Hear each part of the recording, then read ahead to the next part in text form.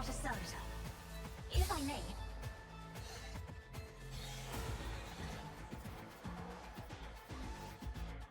I'm not accustomed to being ordered around. But of course, Captain. For the throne's glory. Let's see to it.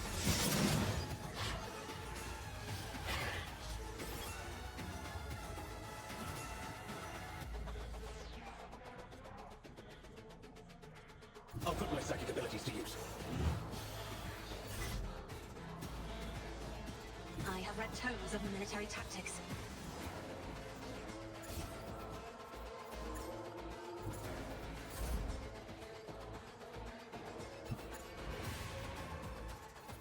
At a crippled in body, a corrupt in mind. I will not be deterred. My honor is contempt. We don't let this be the warning to all who oppose us.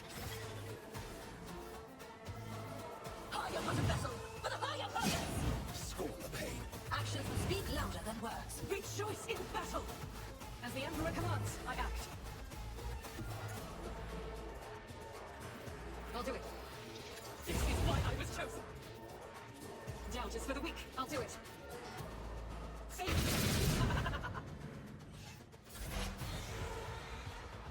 Activate Calculus Fury algorithm.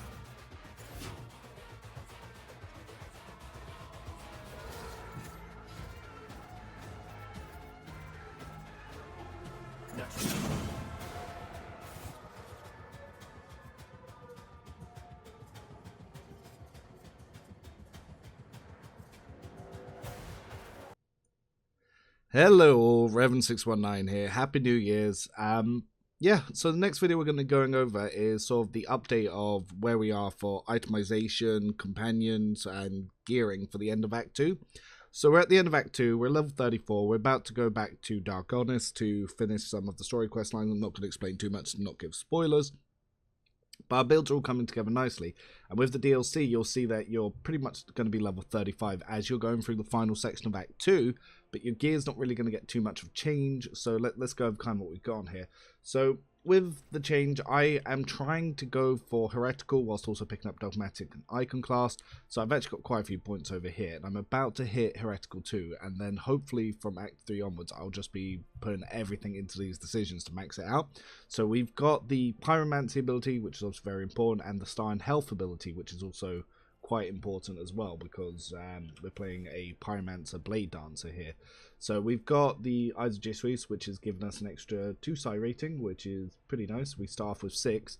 This means we get 6 extra attacks on the first round of combat. So yeah, that means that we can be doing a lot of damage, and we don't need the 2 weapon fighting feats.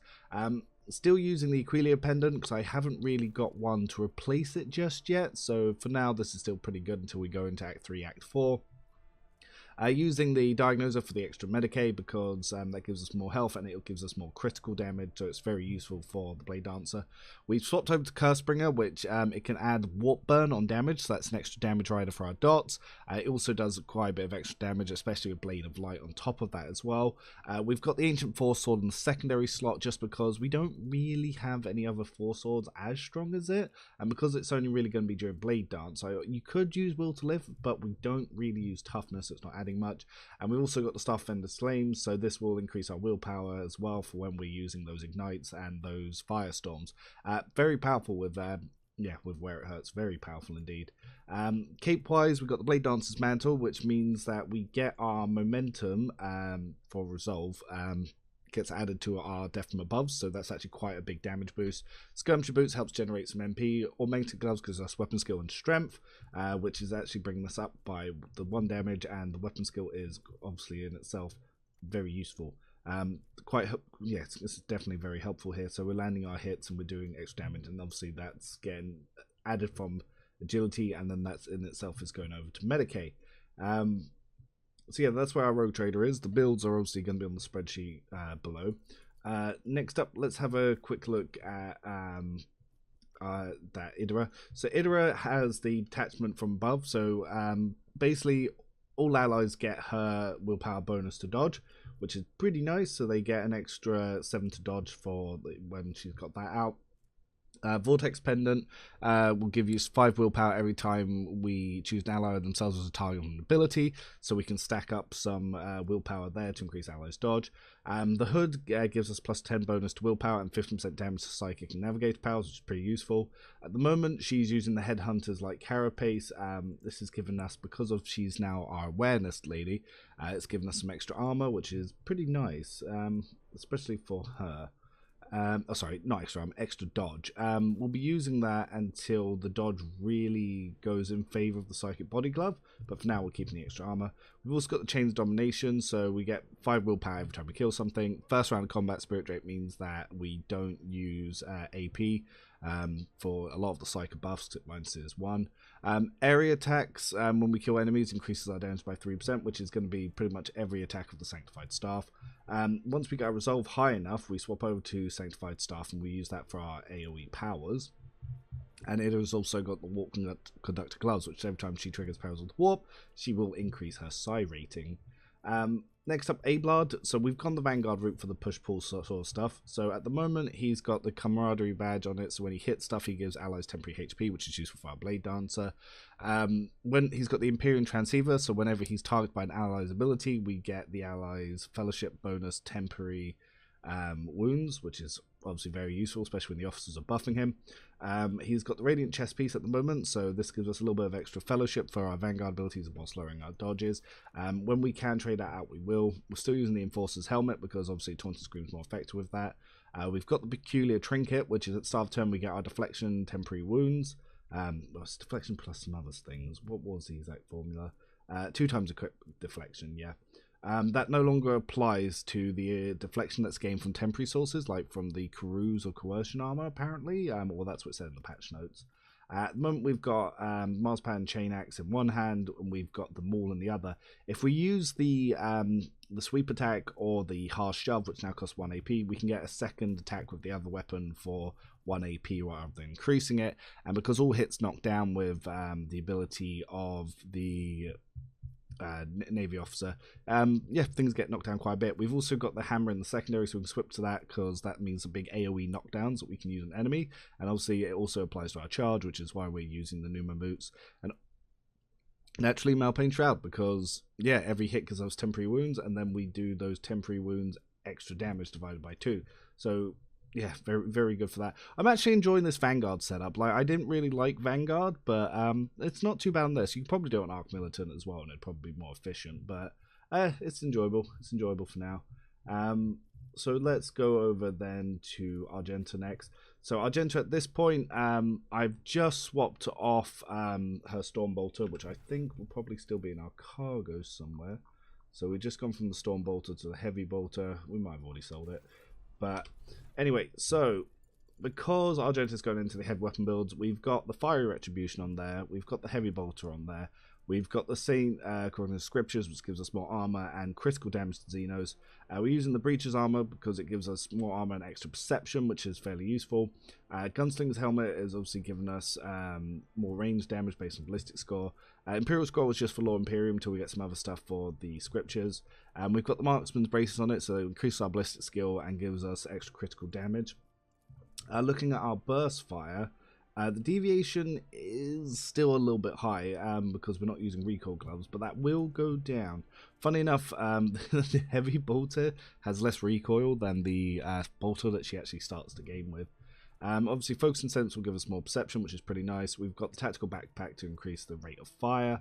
We're using the Caligo St. Keith, gives us extra AP when we get buffed up. So at the moment, she is pretty useful here. Again, you could also go with light armor if you want, so you can get her more toughness. So her dodge goes up to 110, her armor drops down to 41. So you can also go with that.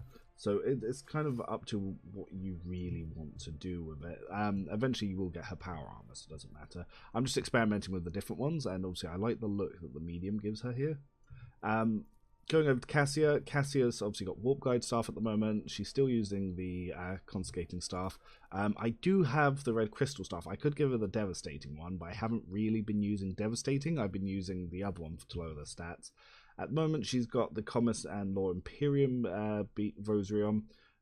don't really need that. I'd only put that on left just for the commerce for the extra checks, because I hadn't really had another item that was worth checking over to her.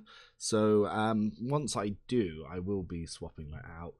She's using Medal of Alacrity. She's obviously got the Signet Ring for the Persuasion. That's going to be swapped out to the Inquisitor's Ring. She's got the Efficient Arm Bodied Glove. She doesn't really have anything else that's worth using just yet. Using Commander's Monocle, so extra damage there. Mercy's Gift, extra fellowship bonus when enemies are in combat, which is useful. The Thrice Pioneer's Braces are very good with her gaze attack. And obviously the extra dodge bonus from Drennan War Boots, because she's Grand Strategist, always going first, is obviously useful there. Pasqal at this point, we have Self-Calibrating Goggles. Basic successful single attacks inflict stun on the target for 1 round. If the target fails a willpower resistant attack, -5 penalty. We also add slow to them with our single target attacks. We've got the Flak Vest, which gives us extra armor and deflection at the start of combat, so that's fairly useful. Shifting Combi Tool for the extra tech use. We're using Metronome, so if we're not moving, we get a +10 to characteristics. Tech bonus increase here, and +3 damage to our plasma weapons. We are inflicting bleed with our shots as well, and we're using the Disciple Boot, so we gain 10% dodge against enemies under the effect of exposed weakness. But the dodge doesn't matter. We could swap that out to something else, but we just don't have the boots for it yet. But we do get the Sharpshooter boots in Act 3. At the moment, we got the Plasma Gun on it, and obviously the Kia Gamma Omniscient Axe. So yeah, pretty good. We've started using the grenades for Iron Eye grenades, Tears of Repentance, and the Crack grenades, because he obviously gets his intelligence bonus adding on to that.